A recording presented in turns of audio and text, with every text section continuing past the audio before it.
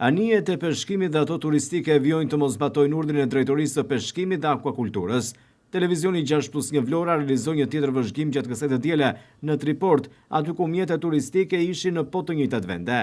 Por tashmë nuk zihet vetëm pjesa ku anijet ankorohen në pjesën detare, por edhe vendet e parkimeve, sikundër po ndiqni pamjet në ekran, vende të cilat janë posaçërisht për shërbime të ndryshme të mjeteve lundruese. Pronarëve të këtyre mjeteve u ka shkuar disa herë njoftimi për t'i larguar, por nuk kanë marrë asnjë mas. Vendet ku anijet e peshkimit duhet të ankorohen, po zaptohen nga anijet turistike, apo edhe nga anijet e peshkimit, të cilat po zaptojnë teritore të ndryshme në portin e peshkimit, apo njohur ndryshe si Triporti. Drejtoria e Shërbimeve të Peshkimit dhe Akvakulturës po duket e pafuqishme të marrë masa dhe t'i vendos ato në zbatim, ndërsa në zbatim të nenit 65, menaxhimi i infrastrukturës së peshkimit dhe format e tij të ligjit peshkimit, të gjitha mjetet lundruese pa licenca peshkimi apo turistike që ndodhen të ankoruara në portin e peshkimit në Vlorë, duke sjellë pengesa për zhvillimin normal të aktivitetit peshkimit, duhet të marrin masa të menjëhershme për largimin e mjeteve.